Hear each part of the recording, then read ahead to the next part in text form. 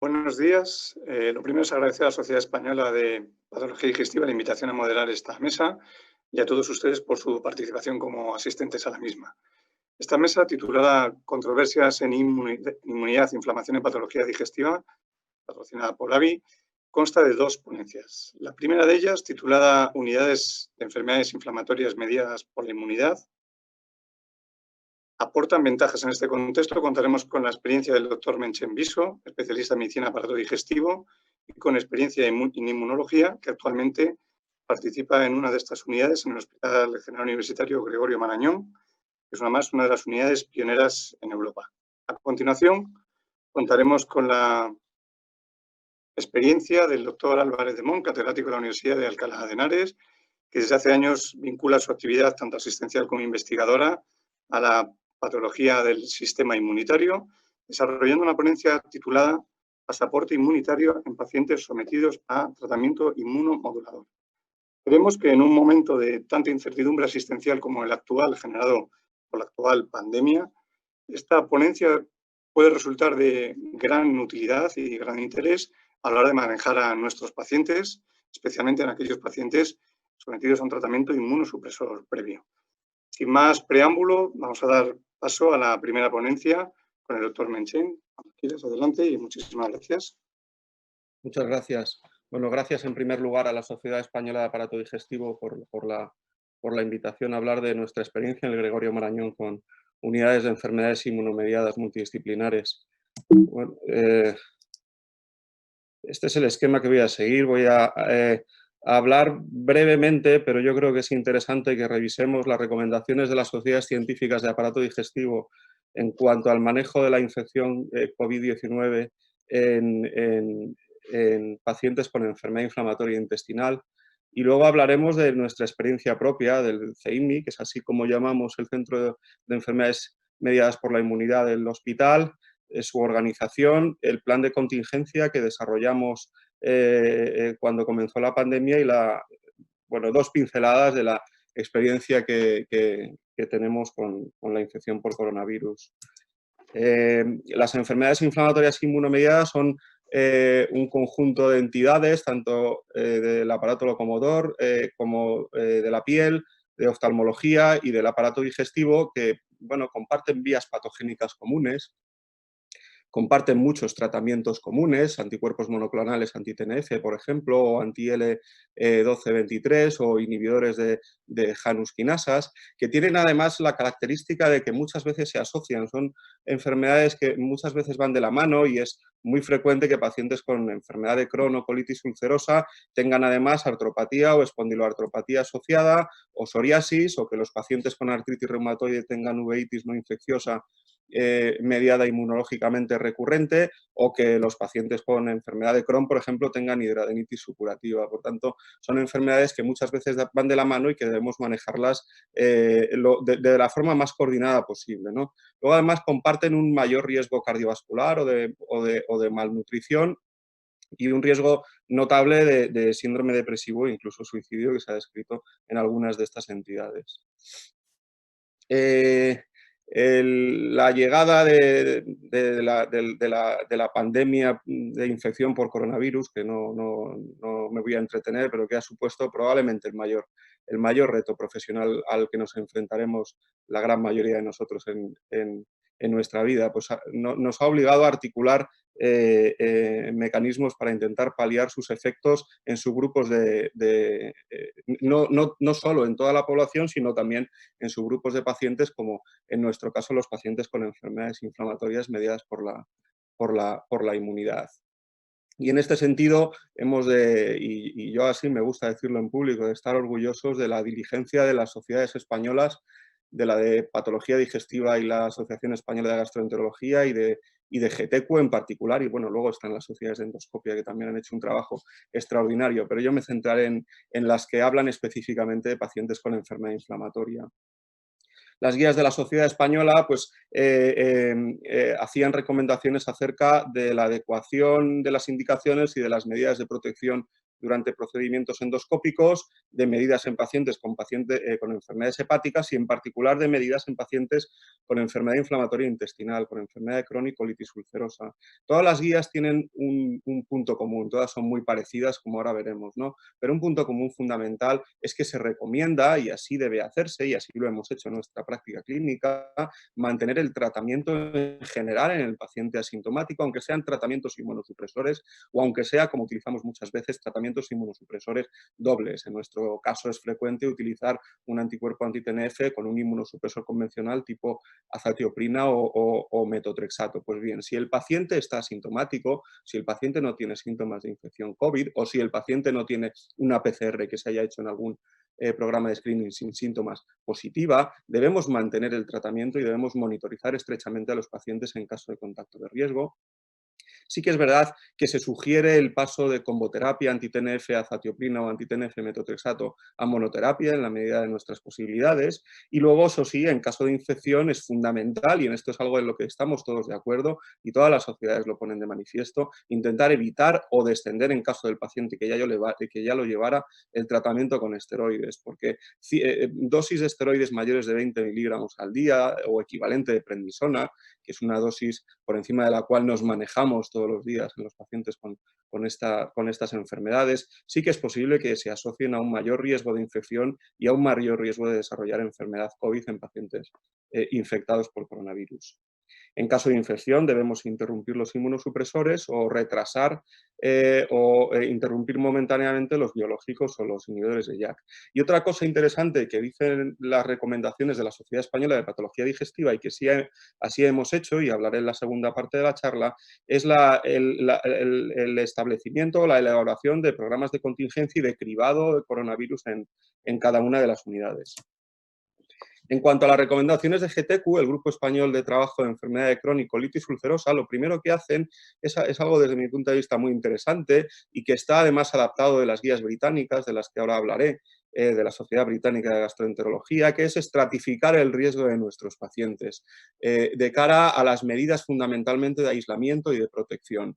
Y establecen que el riesgo alto, además lo establecen el riesgo teniendo en cuenta varios parámetros, la comorbilidad, especialmente comorbilidad respiratoria o cardiovascular, la edad, el tratamiento que el paciente recibe, y una cosa muy importante que debemos tener en cuenta y que a veces perdemos de vista, el riesgo también está determinado por la actividad de la enfermedad. Un paciente con enfermedad de Crohn o con colitis ulcerosa con actividad moderada o grave debe considerarse ya de por sí un paciente de riesgo alto de desarrollar infección por coronavirus y enfermedad COVID en caso de que se infecte, ¿no? Las recomendaciones de GTQ se basan en estos apartados: fármacos para el tratamiento de la enfermedad inflamatoria, la asistencia clínica, recomendaciones de reajuste de la asistencia tanto en consultas como en hospitales de día. Recordad que muchos de nuestros pacientes reciben medicación intravenosa de forma periódica, en particular infliximab, que sigue siendo el fármaco más utilizado, es un fármaco que se administra en hospital de día, en una infusión que dura, en nuestro caso, aproximadamente 2 horas y pico, 3 horas, es decir, los pacientes tienen que venir al hospital de día una vez al mes o una vez cada 2 meses. Y luego también en la hospitalización. Y habla de procedimientos endoscópicos, quirúrgicos y de ensayos clínicos. Y se resumen en estos puntos: mantener el tratamiento en pacientes no infectados, como así decía las recomendaciones de la Sociedad Española de Patología Digestiva, evitar en la medida de lo posible el inicio de nuevos tratamientos con tiopurinas, metotrexato o tofacitinib, un inhibidor de Janus quinasas. La monoterapia siempre preferible la comboterapia en la medida de nuestras posibilidades, aunque he de decir que en enfermedad de Crohn grave, por ejemplo, esto no siempre es posible. Desde luego, minimizar el uso de esteroides. Esto es una premisa que yo creo que podríamos poner en todas las charlas de enfermedad inflamatoria, hablemos de lo que hablemos, pero con COVID en particular, ¿no? Y luego retrasar las siguientes dosis o interrumpir los inmunomoduladores y los biológicos en pacientes infectados. Hablan de la importancia de intentar trasladar nuestras consultas al ámbito de la telemedicina en la medida de lo posible, hablaremos un poco de esto también, y de llevar a cabo test COVID-19 a todos los pacientes ingresados. Las recomendaciones de la Sociedad Británica vuelven a incidir en primer lugar en la estratificación del riesgo de los pacientes, al igual que en GTQ, y son tablas exactamente iguales. Para los pacientes de alto riesgo es muy importante recordar que los pacientes extremadamente vulnerables, entre los que se incluyen nuestros pacientes de alto riesgo, pacientes con inmunosupresión y pacientes con otros factores como la edad, como la actividad de la enfermedad, por ejemplo, o la comorbilidad, deben estar en casa y mantener estrictas medidas de aislamiento y de vigilancia de síntomas y de consulta en caso de vigilancia. Las recomendaciones de la Sociedad Británica vuelven a incidir sobre los mismos aspectos de los que ya hemos hablado, y yo creo que aunque lo esté repitiendo, creo que es pertinente, creo que es importante transmitir a nuestros pacientes y transmitir a nuestros colegas, especialmente a los médicos de atención primaria que ven a nuestros pacientes con nosotros y que en general lo hacen extraordinariamente bien, pero trasladarles la idea que independientemente que el paciente tenga medicación inmunosupresora, debe seguir con la medicación inmunosupresora si el paciente está asintomático. Mantener el acceso al tratamiento inyectable, mantener los equipos de infusión, es decir, los hospitales de día, con las medidas de las que luego hablaremos, pero mantenerlos. El paciente que está con infliximab cada X tiempo debe seguir recibiendo infliximab cada X tiempo, independientemente de que estemos en pandemia o no, y en la medida de lo posible intentar enviar a casa las medicaciones subcutáneas. Esto, como luego veremos, también lo estamos haciendo. Y luego, finalmente, las recomendaciones de la Asociación Americana de Gastroenterología, que dicen básicamente lo mismo de los que os he hablado hasta ahora, pero que dicen una cosa importante, que luego quizá pueda ser objeto de debate, que es que solo testar para infección por coronavirus a los pacientes que tienen síntomas de actividad inflamatoria de la enfermedad, pero que además tienen otros síntomas de infección por coronavirus. Y esto puede ser un punto de polémica, porque sabéis que todos los pacientes, que entre los pacientes infectados por coronavirus hay un porcentaje que no es muy alto, pero que es destacable y que hay que tener en cuenta, que debutan con manifestaciones digestivas. Es decir, un paciente que tiene síntomas de actividad inflamatoria de la enfermedad inflamatoria, valga la redundancia, intestinal, que muchas veces es diarrea, puede tener también síntomas de una infección por coronavirus, y esto habría que tenerse en cuenta. La Asociación Americana recomienda solo hacer prueba de COVID si el paciente tiene síntomas adicionales de infección por el virus, pero básicamente respiratorios o fiebre, pero esto puede ser un punto interesante de debate, ¿no? Vale. Y os paso ahora a hablar del el CEIMI en nuestro hospital, de cómo lo hemos organizado. Esto es un proyecto que se empezó a gestar en el 2016 a raíz de nuestra necesidad de aumentar el espacio en el hospital de día de terapias biológicas nuestro, como en el hospital de día de oncología, y a lo largo de estos 3 años, y he de decir que contando desde el principio con los profesionales, incluso para el diseño arquitectónico de las 2 plantas que empleamos del antiguo Instituto Provincial de Rehabilitación, que esta es la foto, pues y hasta el inicio de la apertura ha sido un proyecto realmente interesante. Ya sabéis que el Gregorio Marañón, que está aquí en el centro de Madrid, muy cerquita del Retiro, en este recuadro grande, ocupando varias manzanas, tiene 2 centros propios, pero que están a distancia de los edificios principales, ¿no? Uno es el Instituto Oftálmico, que estaría por aquí, en el barrio de Chamberí, y otro es el Instituto Provincial de Rehabilitación, que está aquí, que es el centro, que tiene 7 plantas, y las 2 últimas, la sexta y la séptima, las aprovechamos para crear este centro. Se trata de un centro pionero porque intenta establecer un modelo de atención integral, multidisciplinar y desde luego centrado en el paciente. No es un centro centrado en los servicios clínicos tradicionales, sino centrado en el paciente, basándonos en un equipo multidisciplinar de médicos especialistas en reumatología, dermatología, oftalmología y aparato digestivo, farmacéuticos, enfermeras de práctica avanzada para cada una de las 3 especialidades, oftalmología por el momento todavía no, enfermeras del hospital de día, y luego personal de apoyo, tanto médico como administrativo. Un especialista en endocrinología y nutrición que pasa consulta una vez a la semana y que se centra básicamente en el sobrepeso y la obesidad de pacientes con enfermedad inflamatoria y con psoriasis, y también con enfermedades reumatológicas, y en desnutrición asociada a enfermedad inflamatoria. Tenemos especialistas en medicina preventiva una vez a la semana que vienen a pasar una consulta de vacunas, Antes de iniciarse la pandemia íbamos a comenzar con la consulta de psiquiatría y esperamos contar pronto con cirujanos colorectales y médicos rehabilitadores.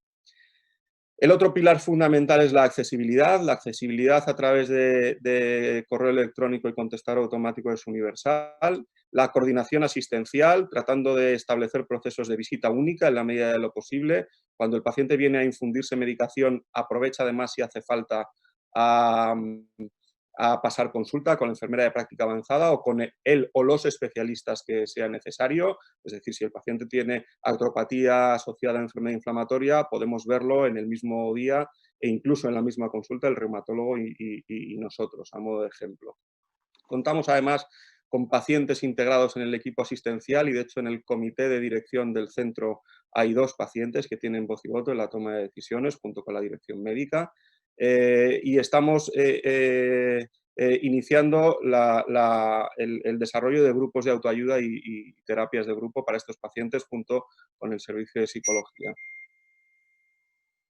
El desarrollo tanto práctico como documental de la gestión por procesos y del mapa de procesos del Centro de Enfermedades Inmunomediadas del hospital, en procesos tanto estratégicos como procesos clave de atención directa, como de apoyo clínico y como de soporte, nos llevó hace 2 meses, justo antes del inicio de la pandemia, a obtener la certificación por la norma ISO 9001-2015.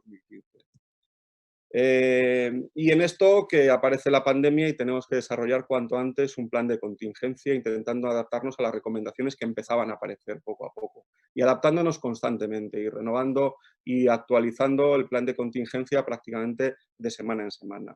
Y esto lo hemos dividido en 2 partes. En primer lugar, las medidas generales de protección de pacientes y personal. En primer lugar, instalamos mamparas de metacrilato en la recepción y empleamos pues, el uso de mascarilla obligatoria para pacientes y solución hidroalcohólica en la entrada. Fijaos aquí que pusimos pegatinas para separar a los pacientes cuando estaban esperando y las mamparas.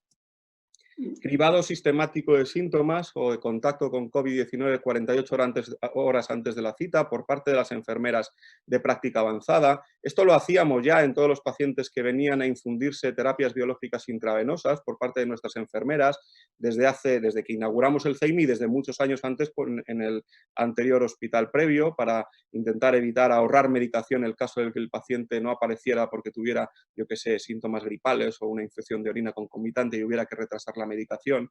De forma sistemática, 48 horas antes llamamos a todos los pacientes para hacer este cribado y aprovechamos para hacer un cribado de síntomas y contacto con COVID antes de la cita de acuerdo a la encuesta de cribado epidemiológico para COVID-19 llevada a cabo por el Servicio de Medicina Preventiva de nuestro hospital. Doctor Menchen, estamos sobre tiempo. Hoy adecuamos salas de espera y creación de otras provisionales, de momento poniendo esto. Continuamos con nuestros servicios de telemedicina, intentando que la mayor parte de los pacientes recibieran consulta telefónica. Bien, es verdad que con la posibilidad de accesibilidad universal, envío a domicilio de la medicación subcutánea, una palabra de telemedicina. Ojo, que la rápida instauración de la telemedicina no vaya a ser peor que no hacerla. Separación de sillones en el hospital de día, utilizábamos uno de cada 2, y luego visitas de acto único y evitar acompañantes. Para disminuir el número de pacientes en el hospital de día, todo el tocilizumab intravenoso se pasó a subcutáneo. Esto fue una orden de la Agencia Española de Medicamento. Los pacientes con infliximab cada 4 semanas recibían el doble de dosis cada 8 semanas. Siempre que hacía falta hierro y V lo poníamos coincidiendo con la infusión del biológico. Todos los pacientes nuevos con enfermedad inflamatoria intestinal, y esto solo puedo hablar de lo mío, recibieron anti-TNF subcutáneo, cuando en condiciones normales damos a elegir al paciente, y luego interrumpimos el reclutamiento de pacientes para ensayos clínicos. Y ya para terminar, de los 1.600, casi 70 pacientes con enfermedad inflamatoria intestinal y con enfermedades inmunomediadas y tratados con biológicos o inhibidores JAK, 19 pacientes, un 1,1% ingresaron por enfermedad COVID-19, 4 de estos 19 pacientes fallecieron. La edad media de los ingresados era significativamente mayor y la de los exitus no alcanzaba significación porque eran muy pocos enfermos. Esto es por grupos de patologías y por fármacos. De los pacientes fallecidos, 2 recibían anti-TNF, 1 recibía rituximab y otros recibían otros tratamientos que en concreto era un inhibidor del checkpoint inmunológico. Ya para concluir, y disculpad el retraso, ventajas potenciales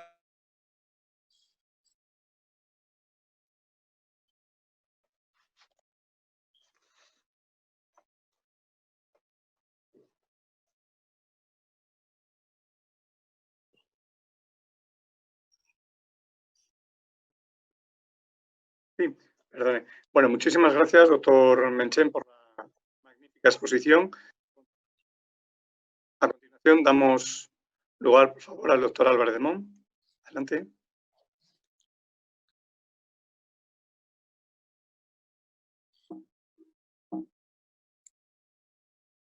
No veo la presentación. No veo la presentación. Ahora la tengo. Para salir de modo pantalla, ¿cómo? A ver cómo. No logro moverla. Ahora, a ver. Buenos días.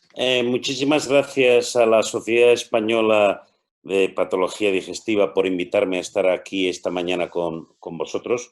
Sinceramente, para mí es una satisfacción. Y en estrenar esta nueva experiencia de hablar a través de los medios electrónicos. En mi presentación voy a centrarme, pero no veo por qué no me deja aquí.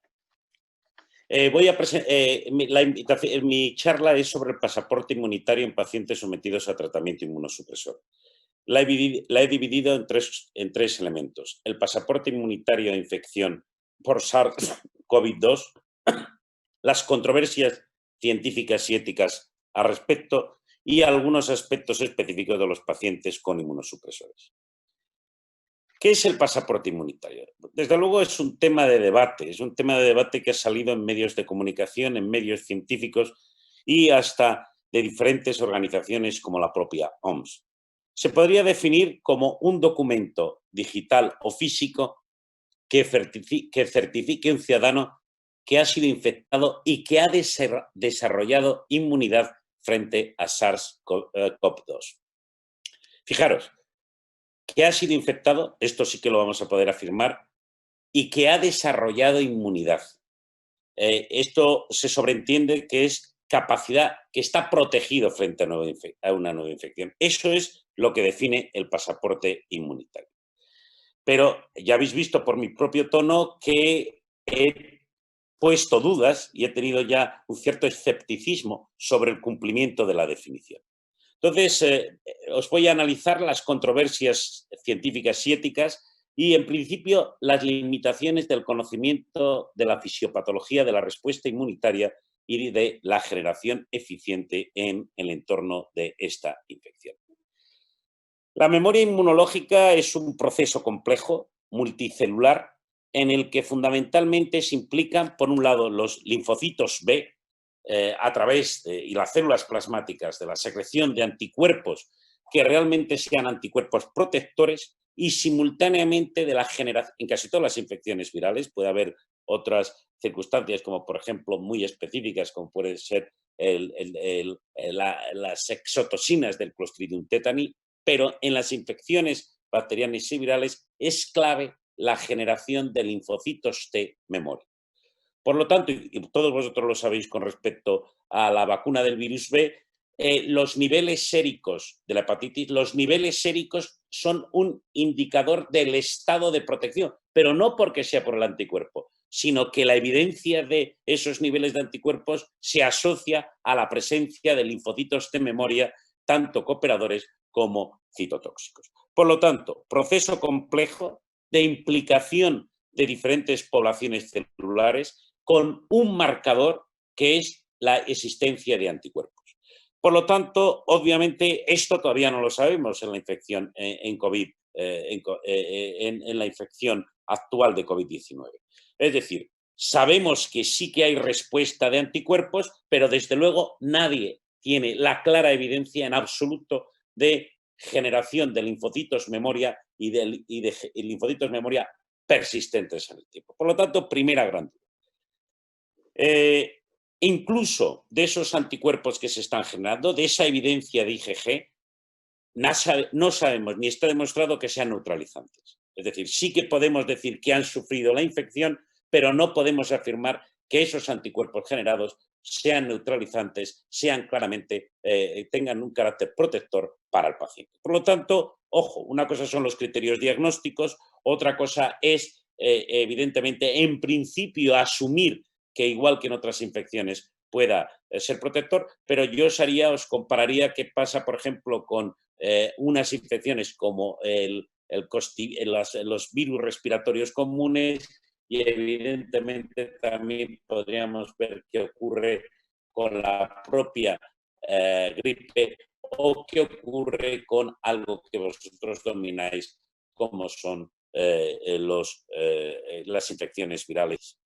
Entonces, realmente, ¿qué es lo que sabemos ahora? Lo que sabemos ahora es que en estos pacientes sí que, en los que han sufrido la enfermedad, sí que tenemos generación importante de anticuerpos de clase IgG, IgM e IgA.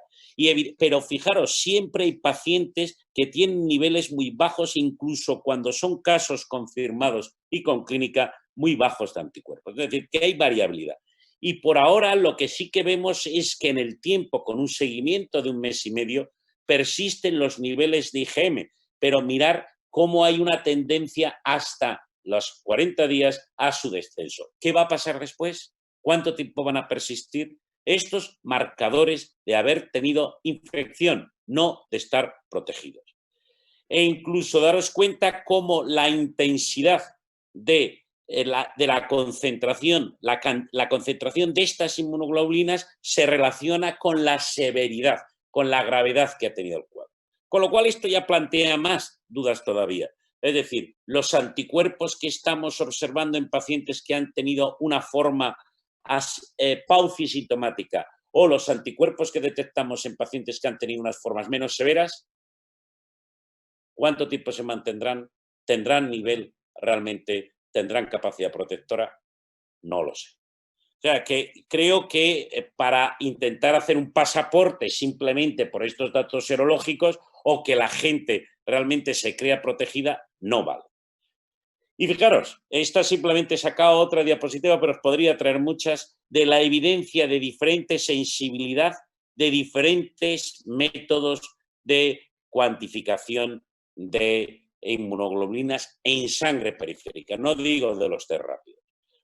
Fijaros que tenemos niveles de sensibilidad tan bajos como 61, 87, tan altos como un 95. Por lo tanto, ¿cuál es el que se está utilizando? ¿Qué nivel de demostración tiene? Cuestiona también la propia significación de esta detección.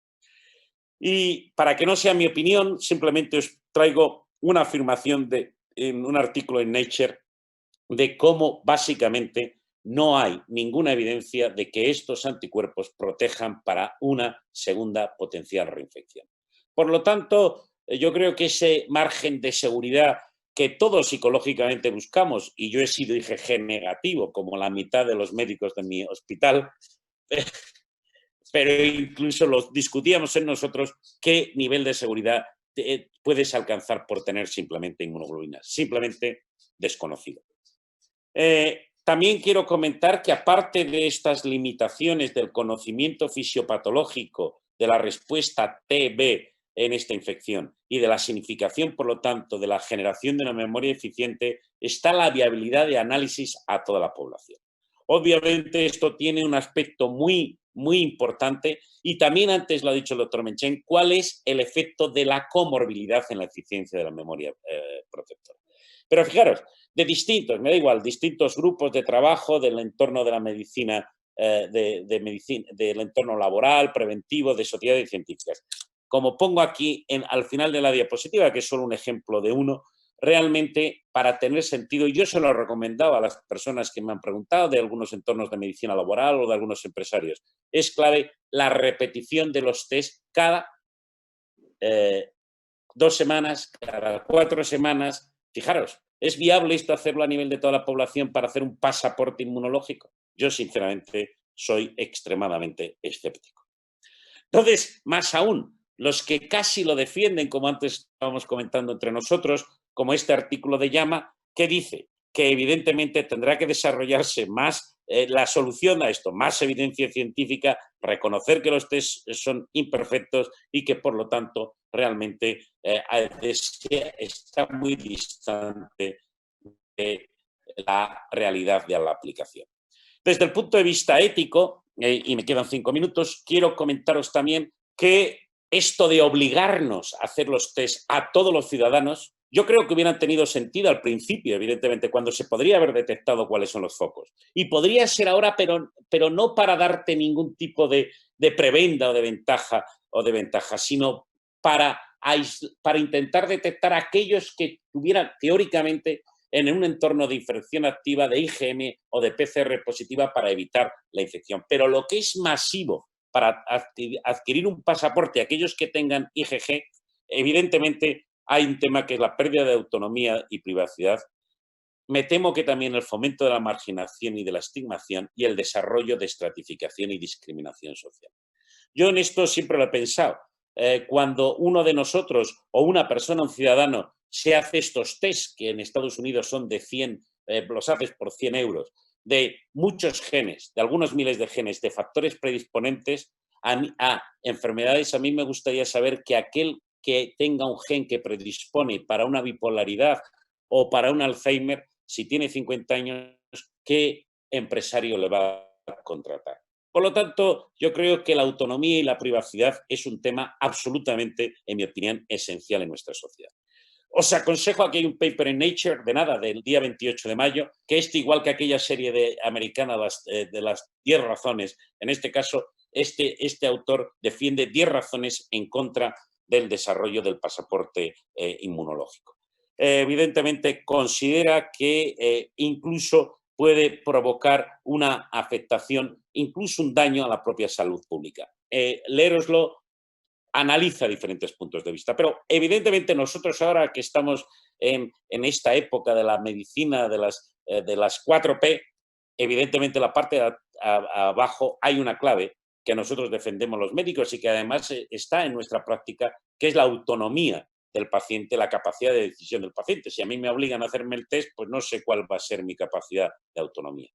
Y yo lo he dicho, evidentemente creo que la historia de la humanidad, por muchas razones científicas, económicas, ideológicas, se han hecho grandes crímenes y se han hecho también grandes marginaciones. Por lo tanto, yo creo que es un tema, ahí me pongo, de la duda. Y evidentemente aquí os pongo de otro autor, este también es del Llama, cómo evidentemente acepta todas estas dudas de la división de la sociedad y de la definición de guetos.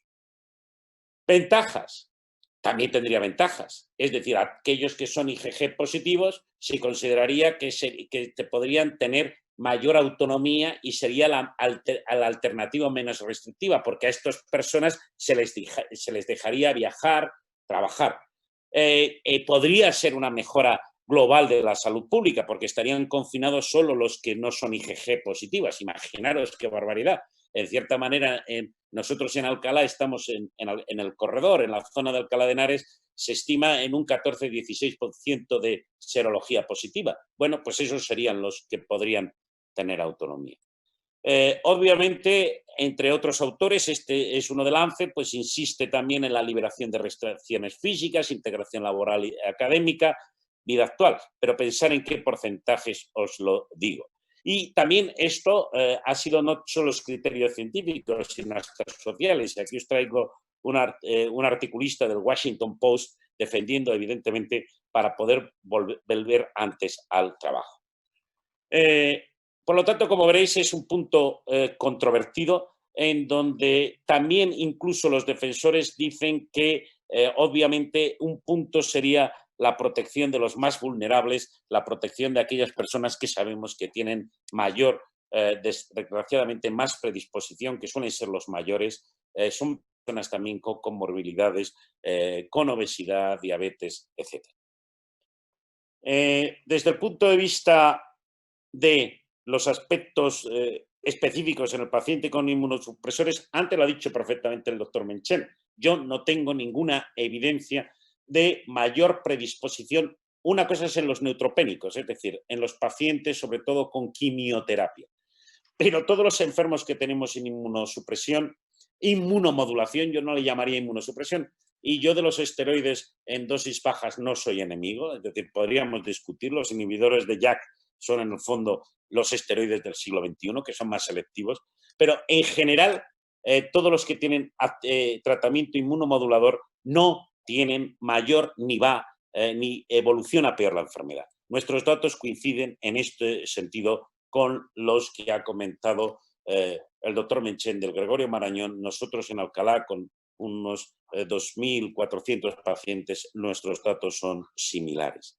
Y esto, evidentemente, también no solamente por las sociedades de aparato digestivo, sino también de otras sociedades científicas de reumatología, de medicina interna, etc. E incluso, fijaros, aquí os pongo unos datos de cómo el tratamiento, en este caso nuestro, con tocilizumab, en 600 enfermos, la posibilidad de muerte o de entrada en la UCI nos la redujo hasta el 17%. Por lo tanto, incluso son tratamientos terapéuticos. Luego, ya para finalizar, quiero, aunque yo personalmente ahora estoy escéptico con la Organización Mundial de la Salud, es que esta institución a finales de abril planteaba claramente que no se podría afirmar que existiera un pasaporte inmunológico. Quiero comentaros que evidentemente en el mes de marzo y abril yo creo que todos nosotros hemos vivido una enfermedad que sí que era típica y que era constante en su forma de expresarse. Desgraciadamente lo hemos aprendido por la experiencia, pero en cambio en el seguimiento estamos viendo gran heterogeneidad. ¿Quiénes van a hacer o no lesión del sistema inmune, enfermedades tienes poner un año crónico? Necesita mucho que recordar que evidentemente que sigue siendo que no existen enfermedades sin enfermos.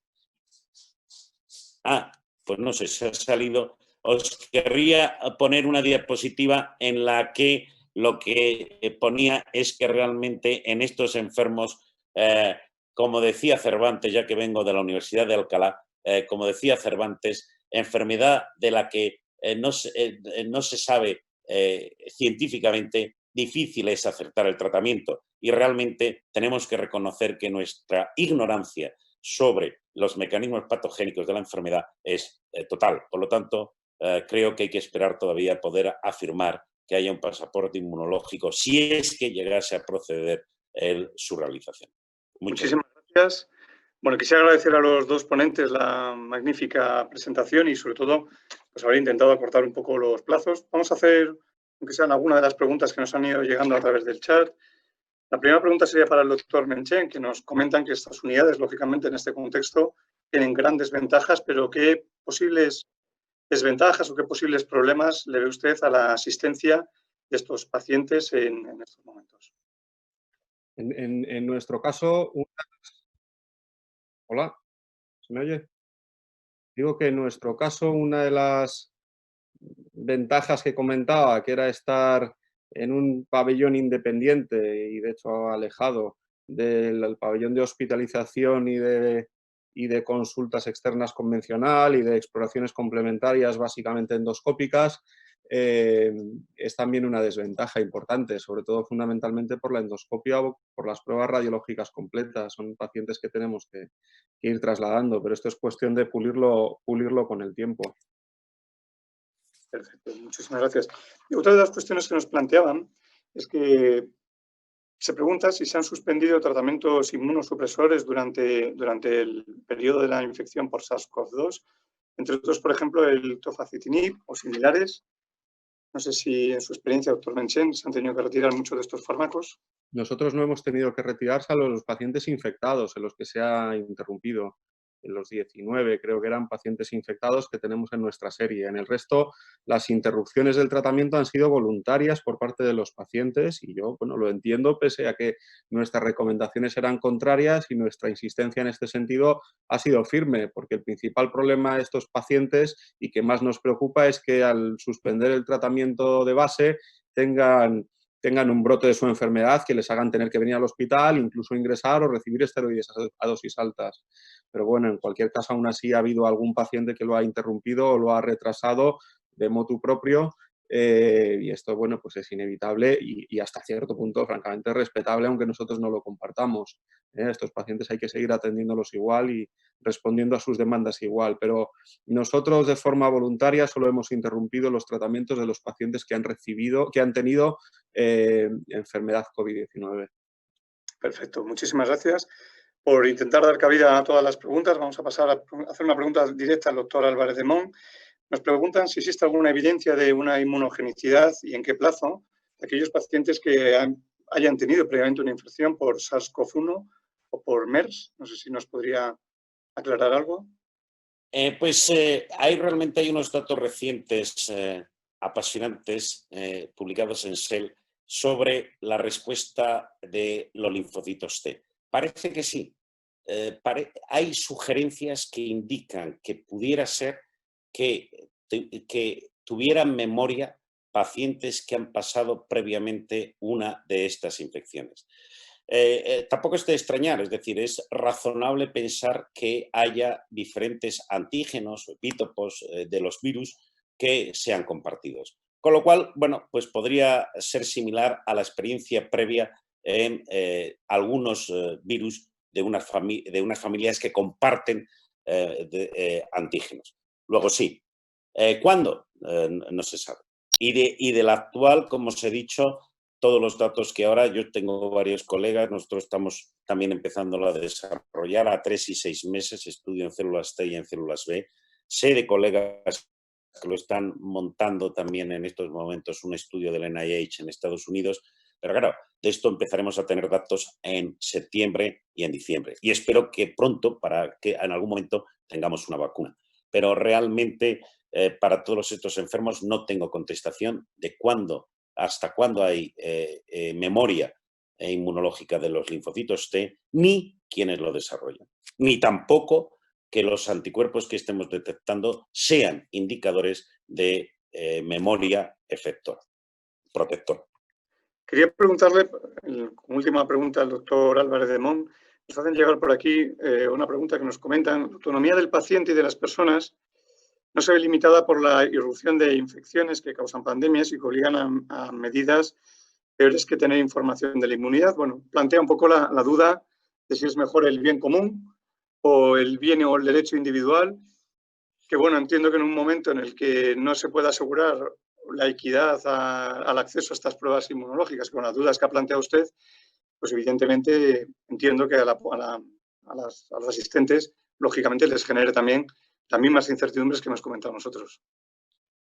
Realmente yo querría compartir con vosotros, con este colega y contigo, evidentemente con todos nosotros, mi reconocimiento de duda. Yo creo que esa es la gran discusión, el bien común, el bien de la sociedad y la autonomía personal. Pero claro, eso tiene que ser con un instrumento, una situación de riesgo proporcional. Por supuesto, estamos ante un riesgo proporcional, es una enfermedad que mata, todos nosotros hemos visto morir a muchas personas. Y es evidente que es una enfermedad que ha tenido un impacto social tan relevante como hacer que varios países dejen de tener actividad. Por lo tanto, la situación es obvio que es dramática. Ahora bien, obviamente tiene que ser con un instrumento operativo. ¿Es operativo un test, la detección de un anticuerpo que según qué test se emplee puede tener una variación de la sensibilidad del 60 al 90%? ¿Me posiciono? No. Evidentemente, para poder afirmar que esa persona está protegido, tampoco se puede afirmar. Por lo tanto, creo, hombre, esto lo dice también Lancet y lo dice JAMA, que habría que desarrollar, estimular la investigación científica para hacerlo mejor. Yo creo que, sinceramente, esto tiene sobre todo un carácter no de cualificación, sino de detectar pacientes que sean portadores, pacientes que sean infectantes. Eso sí que creo que es de bien común y entonces sí que en esa actitud creo que al rechazar hacerte el test, pero fíjate qué diferente, no es para detectar inmunidad, sino para detectar personas que desgraciadamente sean portadores y que sean infectantes. Yo a eso me sumo. Al pasaporte, lo siento, yo os he dado mucha bibliografía y creo que es un tema abierto, tampoco quiero decir que yo tenga la razón, pero al pasaporte de inmunidad, sinceramente, creo que no hay datos científicos que avalen su imposición. Y en esto, yo por lo menos es mi postura. En cambio, sí, desde el punto de vista de detectar infectantes. Nos quedan muchas preguntas, muchas dudas, muchas incertidumbres. Esta es una mesa muy abierta en la que se generan efectivamente pues, todas las dudas de los pacientes que manejamos de manera habitual. de una enfermedad en la que no sabemos qué desarrollo va a tener. Agradecerles a los dos ponentes las magníficas presentaciones que han abierto, sin duda, debate, dudas, incertidumbres. Y bueno, agradecerles a todos la participación, tanto como ponentes como asistentes, a esta magnífica mesa. Y en mi nombre y en el de los dos ponentes, agradecerles su asistencia. Muchísimas gracias. Gracias.